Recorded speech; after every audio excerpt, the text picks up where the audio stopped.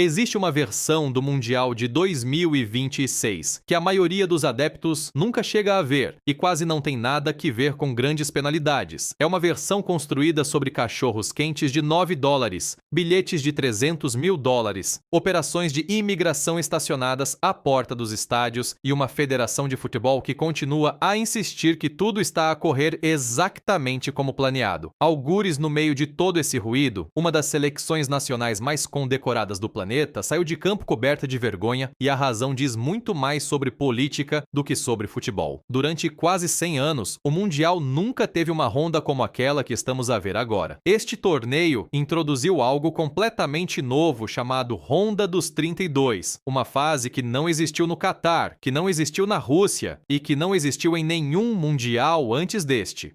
Em apenas 6 dias, 48 seleções nacionais foram reduzidas a 32, e algures dentro dessa janela de 6 dias, uma das maiores superpotências do futebol sofreu um colapso tão doloroso que os seus próprios jornais se recusaram a suavizar o golpe. Estamos a falar de uma tetracampeã mundial, de uma equipa que quase nunca perde tão cedo e de um balneário que ainda está a tentar explicar o que aconteceu. Fica até ao fim, porque vamos percorrer exatamente como isso aconteceu, porque é que o novo formato do torneio está a ser culpado por isso e porque é que grande parte deste mundial, neste momento, é na verdade uma história sobre dinheiro, fronteiras e poder disfarçada de torneio de futebol. Comecemos pelo preço. Porque este torneio já ganhou um título não oficial que ninguém na FIFA queria, o Mundial mais caro da história. No estádio de Houston, um hambúrguer simples com batatas fritas pode chegar perto dos $24. Em Toronto, um único cachorro-quente custa cerca de $11 canadianos, e uma bebida custa quase tanto como o próprio cachorro-quente. Atlanta é a rara exceção, apenas porque o grupo proprietário do estádio se recusou terminantemente a deixar a FIFA empurrar os preços para cima. É exatamente por isso que um cachorro-quente e uma cerveja ainda custam ali cerca de $10, um facto que se tornou uma notícia por si só dentro dos Estados Unidos. O presidente da FIFA, Gianni Infantino, não parece perceber por que é que tudo isto deixa as pessoas irritadas. Quando os jornalistas lhe perguntaram sobre bilhetes da final a serem revendidos por até $30 mil nos mercados secundários, riu-se e disse que se alguém pagasse mesmo esse valor, ele próprio lhe levaria pessoalmente um cachorro-quente e uma Coca-Cola. Os adeptos não acharam graça. Para muitos apoiantes comuns, essa piada confirmou o que já suspeitavam: que este Mundial foi construído para camarotes empresariais e viajantes ricos, não para o adepto trabalhador que antes conseguia poupar, comprar o seu bilhete e simplesmente aparecer no estádio. Os números sustentam essa frustração. A própria FIFA admitiu que recebeu cerca de 500 milhões de pedidos de bilhetes antes sequer de as vendas abrirem, em comparação com apenas cerca de 50 milhões de pedidos para a Rússia 2018 e o Catar 2022 juntos. Essa explosão na procura tornou-se a desculpa para os lugares premium da final saltarem de pouco mais de $10 mil para quase $33 mil em apenas alguns meses. Entretanto, as casas de apostas prosperam.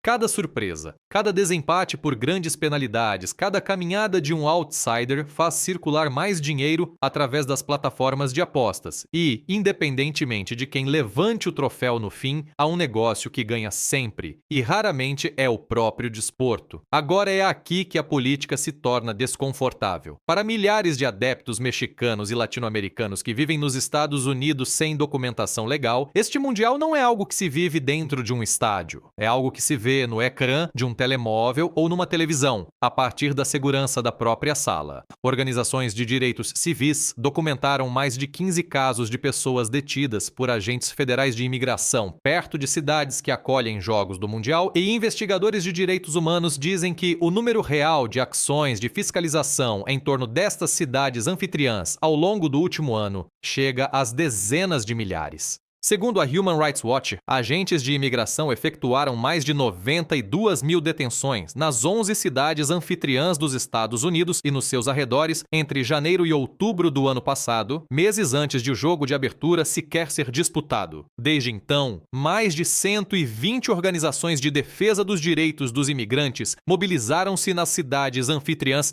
avisando publicamente os cerca de 10 milhões de visitantes esperados de que, nas suas palavras, Graves violações de direitos já estão a acontecer no terreno. Um caso amplamente noticiado envolveu um requerente de asilo que levou os seus 2 filhos, de 10 e 14 anos, a ver um jogo no estádio de Nova Jersey no ano passado, acabando por ser detido pela polícia e entregue a agentes de imigração enquanto os filhos assistiam.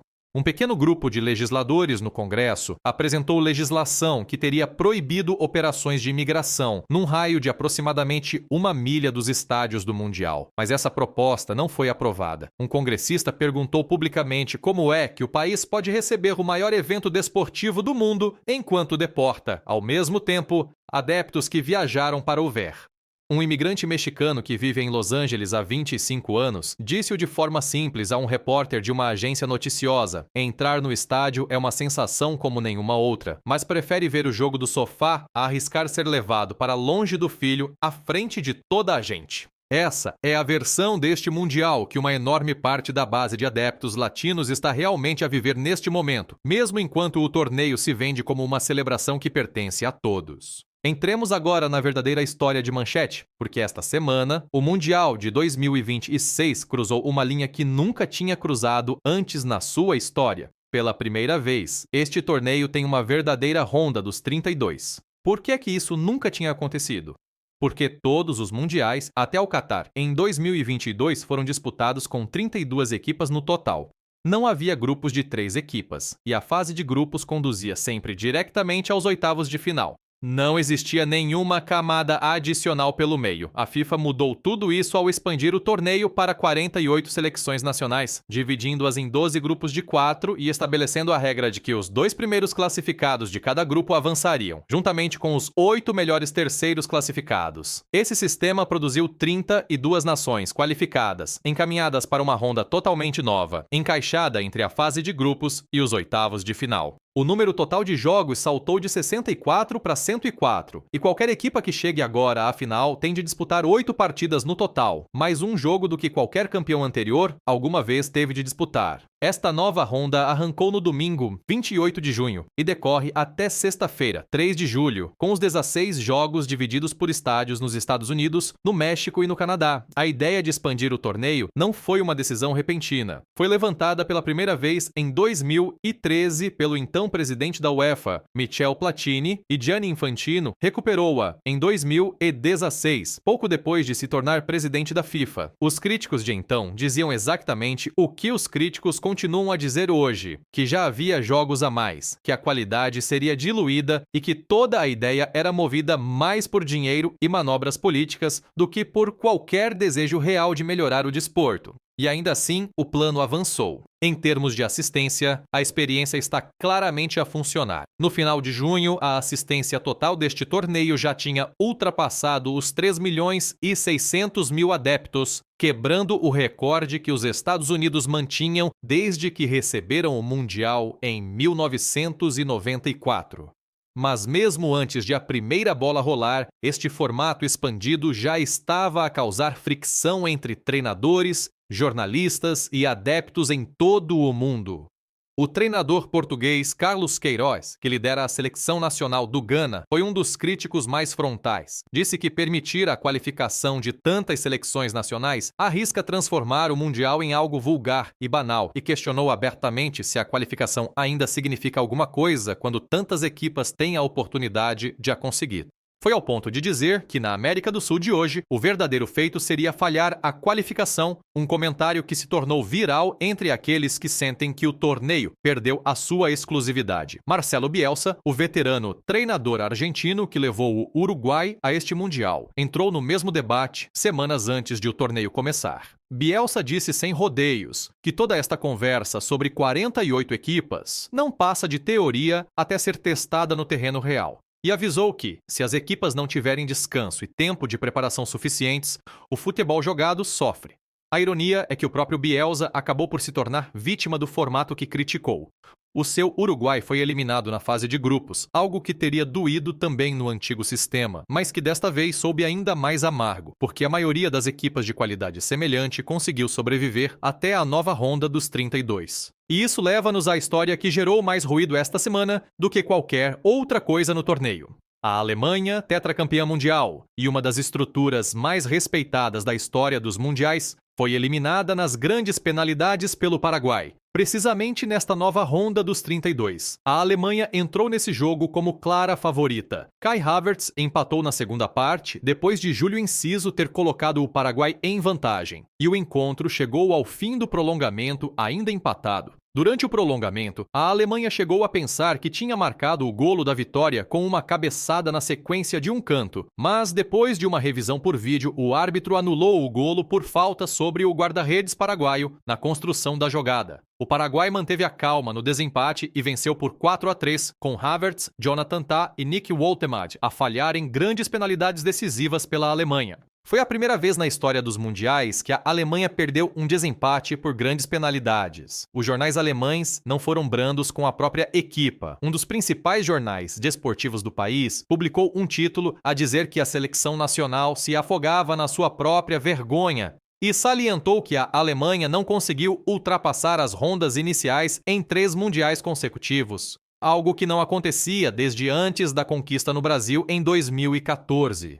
O selecionador Julian Nagelsmann, com apenas 38 anos, e o treinador mais jovem a liderar uma equipa num jogo a eliminar do Mundial em 40 anos, admitiu depois que o seu grupo simplesmente já não é uma nação futebolística de primeira classe, chamando a derrota algo quase impossível de pôr em palavras. Relatos vindos da Alemanha já apontam nomes como Jürgen Klopp como possível sucessor, caso Nagelsmann não sobreviva às consequências. Para o Paraguai, a celebração não podia ter sido mais diferente. O selecionador Gustavo Alfaro chamou-lhe a maior vitória da sua carreira, elogiando os seus jogadores como lendas que lutaram como se a vida dependesse disso. Milhares de adeptos encheram as ruas de Assunção para celebrar e o presidente do Paraguai declarou o dia seguinte feriado nacional em honra da equipa, uma resposta oficial do governo a um resultado de futebol, o que diz tudo sobre a profundidade com que este desporto está ligado à identidade nacional e à política na América do Sul. O Paraguai não chegava aos oitavos de final desde 2010 e agora segue para defrontar o vencedor de França contra a Suécia. A parte mais interessante do colapso da Alemanha é que confirma exatamente aquilo para que os críticos do novo formato vinham a alertar desde o início. Como existe agora uma ronda extra encaixada antes dos tradicionais oitavos de final, perder na ronda dos 32 é emocionalmente praticamente o mesmo murro no estômago que antes vinha de uma eliminação na fase de grupos quando o torneio tinha apenas 32 equipas no total. No papel, a Alemanha avançou tecnicamente mais do que as equipas avançavam no sistema antigo. Na realidade, o seu torneio terminou no mesmo ponto emocionalmente baixo de sempre. Fora cedo, com a imprensa a exigir explicações e a federação a tentar defender o seu treinador à pressa. A Alemanha não foi a única surpresa desta ronda. O Japão foi eliminado depois de o Brasil recuperar e vencer por 2-1 nos minutos finais. Um resultado que deixou atônitos os adeptos que achavam que o Japão tinha o jogo sob controle. E o primeiro jogo de toda esta nova ronda, entre a África do Sul e o Canadá, acabou por ser exatamente o tipo de partida que os críticos da expansão temiam. O Canadá venceu com um golo marcado já bem dentro do tempo de compensação. Mas órgãos como a CNN descreveram o encontro como apagado, com quase nenhuma oportunidade clara de golo e sem que nenhuma das equipas jogasse a um nível suficientemente intenso para entusiasmar um espectador neutro. Para quem defende que 48 equipas diluem a qualidade, esse jogo tornou-se a prova número 1 do argumento. Para sermos justos, porém, nem tudo neste formato expandido foi negativo. A rede pública de rádio, NPR, observou que o maior receio à entrada para este torneio era que as potências tradicionais passassem pela fase de grupos sem qualquer perigo real, e esse receio confirmou-se em grande medida. A equipa melhor classificada eliminada antes da ronda dos 32 foi o Uruguai, no 16º lugar do ranking mundial. Compare-se isso com o Qatar 2022, quando seleções muito mais bem colocadas, como Bélgica, Dinamarca e Alemanha, caíram todas na fase de grupos. Isso significa que o verdadeiro perigo, desta vez, foi empurrado para a frente para esta ronda completamente nova. E é exatamente por isso que a saída da Alemanha contra o Paraguai teve um impacto tão forte e por isso é que os adeptos estão agora a ver a ronda dos 32 da mesma forma que antes viam o final da fase de grupos. Também houve histórias genuinamente positivas, misturadas com todo este caos. O Canadá e a África do Sul disputaram ambos o primeiro jogo a eliminar de um Mundial nas respectivas histórias nacionais, algo que simplesmente não existiria sem esta expansão. E Cabo Verde, na sua primeira participação de sempre num Mundial enquanto nação, conseguiu lutar até ficar entre as últimas 32 equipas do planeta. Uma das histórias de outsider mais emocionantes de todo o torneio. Esta mesma sequência de jogos inclui também alguns confrontos realmente pesados, com sensação de finais disputadas demasiado cedo. Países Baixos contra Marrocos é um exemplo óbvio. Duas equipas que chegaram recentemente a meias finais, ou finais de grandes torneios, e Argentina contra Cabo Verde, onde a Argentina é a favorita evidente, mas onde ninguém seria suficientemente imprudente para descartar por completo uma nação estreante que já surpreendeu todos apenas por ter chegado até aqui. Agora falemos do confronto que mais importa a este público, porque o México tem estado bem no centro de todo este debate sobre se o novo formato ajuda ou prejudica o desporto. Sob o comando do selecionador Javier Aguirre, o México completou uma fase de grupos perfeita, vencendo os 3 jogos do Grupo A, sem sofrer um único golo ao longo de todo o percurso. Esse resultado permitiu ao México evitar por completo o caos da disputa entre terceiros classificados e entrar diretamente na ronda dos 32 como cabeça de série do seu lado do quadro. O adversário foi o Equador, uma equipa que viveu uma fase de grupos exatamente oposta. Empatou com Curaçao, perdeu pela margem mínima com a Costa do Marfim e precisou de vencer a Alemanha no último jogo do grupo apenas para sobreviver. O Equador conseguiu mesmo fazê-lo, derrotando a Alemanha por 2-1. Um resultado que a imprensa equatoriana classificou como uma declaração histórica, já que marcou a primeira vez que o Equador venceu uma campeã mundial em título num torneio da FIFA. O jogo entre México e Equador arrancou na terça-feira, 30 de junho, no Estádio Azteca, na Cidade do México, e transformou-se exatamente na exibição de afirmação que os adeptos da casa esperavam. O México controlou o jogo desde os primeiros minutos. Julián Quiñones marcou e assistiu para o segundo golo, e Raúl Jiménez acrescentou uma finalização sua, dando ao México uma vantagem de 2-0 que nunca deixou escapar. O guarda-redes Raul Rangel fez as defesas que precisava de fazer, e o México completou o seu 4º jogo consecutivo sem sofrer golos no torneio. Para uma equipa que não ganhava um jogo a eliminar num Mundial desde 1986, também em solo próprio, esta vitória teve um enorme peso emocional. 40 anos de sofrimento em jogos de eliminação chegaram finalmente ao fim diante de uma multidão caseira, em delírio. O Equador, fisicamente desgastado depois de disputar boa parte do torneio e agora obrigado a jogar a mais de 7.000 pés de altitude na Cidade do México, simplesmente não encontrou resposta. O seu pedido para chegar mais cedo à cidade, esta foi apenas a segunda vez que estas duas nações se encontraram num Mundial. O primeiro encontro aconteceu no torneio de 2002, na Coreia e no Japão, quando o México recuperou de um golo madrugador do Equador e venceu por 2-1. Desta vez, o que estava em jogo era ainda maior, e o México entregou o resultado que os seus adeptos esperavam ver há 4 décadas. Voltemos então à verdadeira pergunta que atravessa todo este torneio. A ronda dos 32 retirou emoção ao Mundial de 2026 ou injetou exatamente o tipo de drama de que o futebol precisava? A resposta honesta é que não se trata de um simples sim ou não. De um lado, temos jogos como África do Sul contra Canadá a confirmar todos os receios dos puristas. Mais equipas, mais partidas esquecíveis, qualidade diluída. Do outro, temos uma tetracampeã mundial eliminada nas grandes penalidades por uma equipa que mal se qualificou como terceira classificada, exatamente o tipo de caos que o antigo formato de 32 equipas quase nunca produzia com tanta frequência.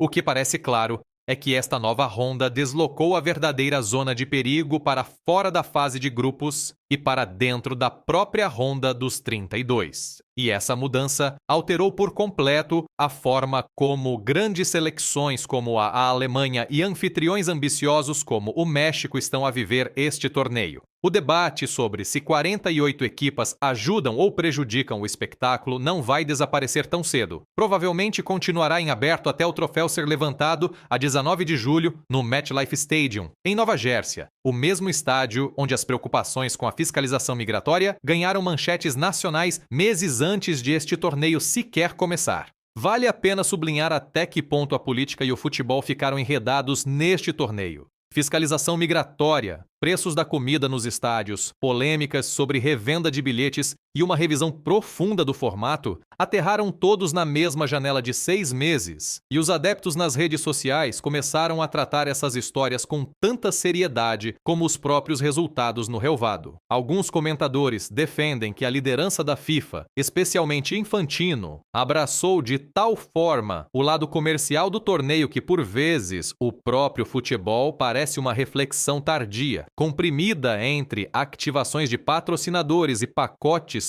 premium de hospitalidade. Outros rejeitam essa leitura, apontando para os números recorde de assistência e insistindo que o formato expandido deu a mais nações, mais adeptos e mais comunidades uma participação real no Mundial como nunca antes. Há também uma narrativa mais discreta a ganhar força em torno da relação das cidades anfitriãs com as autoridades federais. Vários governos municipais em regiões que recebem o torneio terão contestado operações de fiscalização perto de zonas de adeptos e centros de transporte, preocupados tanto com o impacto humanitário como com o golpe econômico caso os visitantes internacionais sintam que não é seguro assistir aos jogos. Se essa pressão se traduzirá em alguma mudança política duradoura, provavelmente só ficará claro muito depois do apito final em Nova Jersey, mas já está a moldar a forma como este Mundial será recordado para lá do resultado no marcador.